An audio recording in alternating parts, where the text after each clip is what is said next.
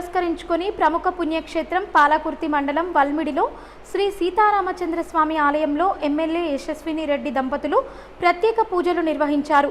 శ్రీరాముడి ఆశీస్సులతో పాలకుర్తి నియోజకవర్గ ప్రజలందరూ సంతోషంగా ఉండాలని కోరుకున్నట్లు ఎమ్మెల్యే తెలిపారు. ఈ సందర్భంగా ఆలయ అర్చకులు వారికి తీర్థ ప్రసాదాలు అందజేశారు.